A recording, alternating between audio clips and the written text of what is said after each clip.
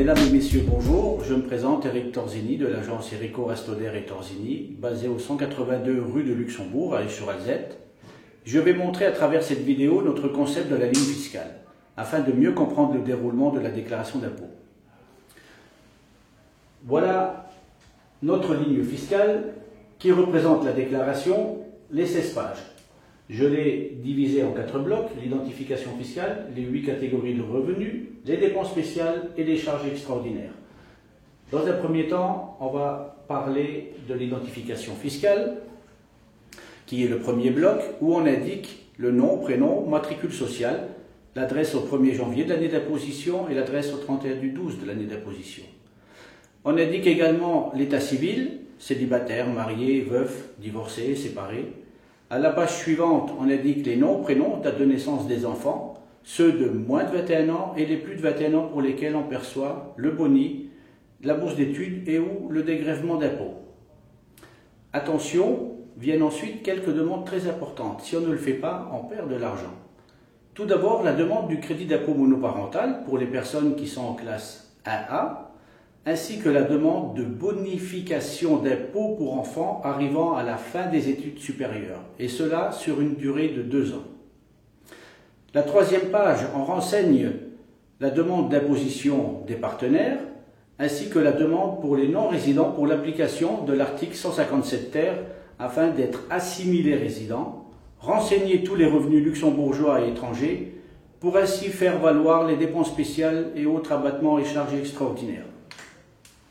Pour notre deuxième bloc, prenons notre exemple, couple marié, le revenu de monsieur, le revenu de madame, autres catégories de revenus qui sont les intérêts débiteurs, prêt immobilier, résidence principale, et l'exemple pour un bien mis en location. Ce sont les revenus les plus usuels que nous allons utiliser. Pour la catégorie des revenus de salaire, on utilise le certificat de rémunération pour les intérêts débiteurs du prêt immobilier de la résidence principale, ici. On note les intérêts réellement payés, puis on détermine sur base du nombre de personnes au ménage et la date d'occupation le plafond maximum déductible. Si nos intérêts sont supérieurs au plafond, la différence est perdue malheureusement. Dans le cas d'une future résidence principale, on peut déduire les intérêts sans plafond, ainsi que la possibilité de déduire les frais d'acte d'ouverture de crédit. Pour les biens mis en location, pour déterminer le revenu que l'on va retranscrire sur notre déclaration, on utilise donc le formulaire 190, on reprend le prix d'acquisition, les frais d'acte notariés pour déterminer notre base amortissable. On renseigne les loyers bruts perçus courant de l'année. Ensuite, à la deuxième page du formulaire 190, on mentionne les différents frais d'obtention liés à cet immeuble et payés par le propriétaire exclusivement. On va compenser les recettes et frais d'obtention pour obtenir le revenu à reporter sur la déclaration.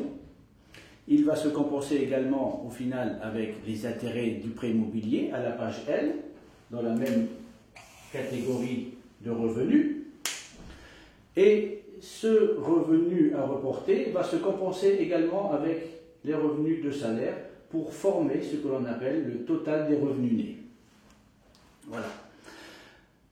Suite à cela, il nous reste 2 autres blocs, dépenses spéciales et charges extraordinaires.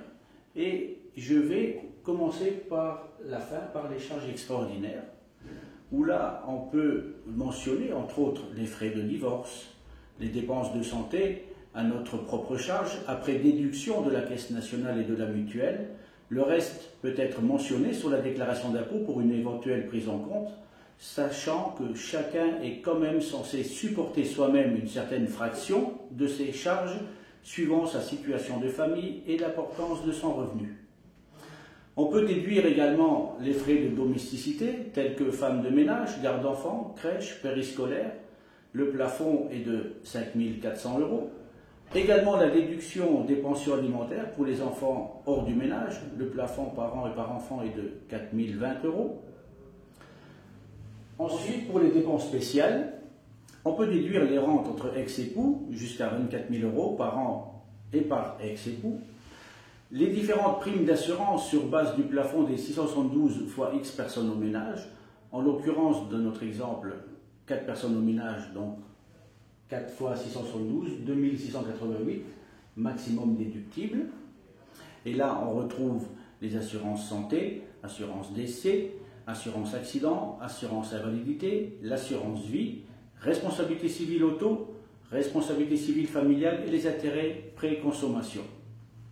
On peut également retrouver dans ce bloc, mais en considérant la majoration et une surmajoration, pour les primes uniques, solde restant dû, prêt immobilier.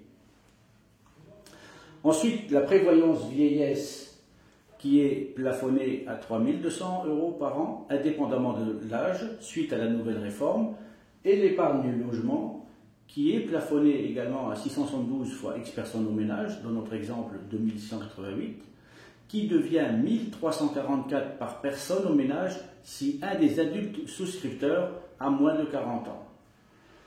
Également déductibles les cotisations sociales, l'épargne faite par l'employeur, maximum 1200 € par an, les dons sur base de la liste des contributions directes avec un minimum de 120 € pour une bonne prise en compte, et le tout va former ce que l'on appelle le total des dépenses spéciales. La formule fiscale, c'est TRN, total des revenus nés, moins dépenses spéciales, égale revenu imposable, moins les charges extraordinaires, égale revenu imposable ajusté, aux 50 € inférieurs, et ce montant va déterminer l'impôt suivant barème. Alors pour conclure, notre ligne fiscale, les 16 pages de la déclaration, notre premier bloc, l'identification fiscale, notre deuxième bloc, les 8 catégories de revenus, les 2 salaires, les intérêts débiteurs pré-immobilier résidence principale, le bien mis en location, ce qu'en pensent entre eux pour former le total revenu né. Troisième bloc, les dépenses spéciales, 672 fois X personnes au ménage, prévoyance vieillesse, épargne logement qui sont les outils déductibles en dehors du plafond conventionnel pour optimiser votre situation fiscale, cotisation sociale, ça nous forme le total des dépenses spéciales. Et on mentionne également, bien entendu, nos charges extraordinaires. Et la formule fiscale reprend le TRN, total revenu né, moins dépenses spéciales, égale revenu imposable, moins charges extraordinaires, égale revenu imposable ajusté, aux 50 € inférieurs. Et ça va au barème pour déterminer notre impôt dû. Les contribuables qui ne résident pas au Luxembourg mais qui y travaillent ne sont pas exclus de toutes ces mesures fiscales favorables s'ils remplissent les conditions d'assimilation aux résidents et ainsi profiter des mêmes mesures d'allègement d'impôts que les résidents.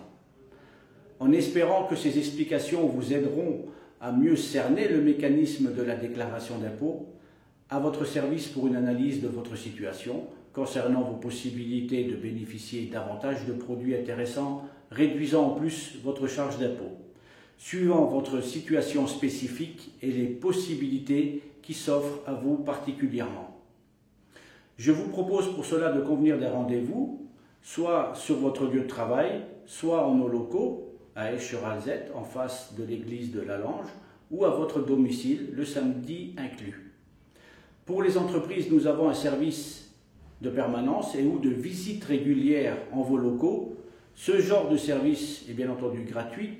Il est à disposition des salariés qui le souhaitent afin de répondre aux diverses questions, aussi bien pour la déclaration d'impôt que pour une optimisation fiscale. Je vous remercie de votre attention et peut-être à bientôt pour une prochaine vidéo.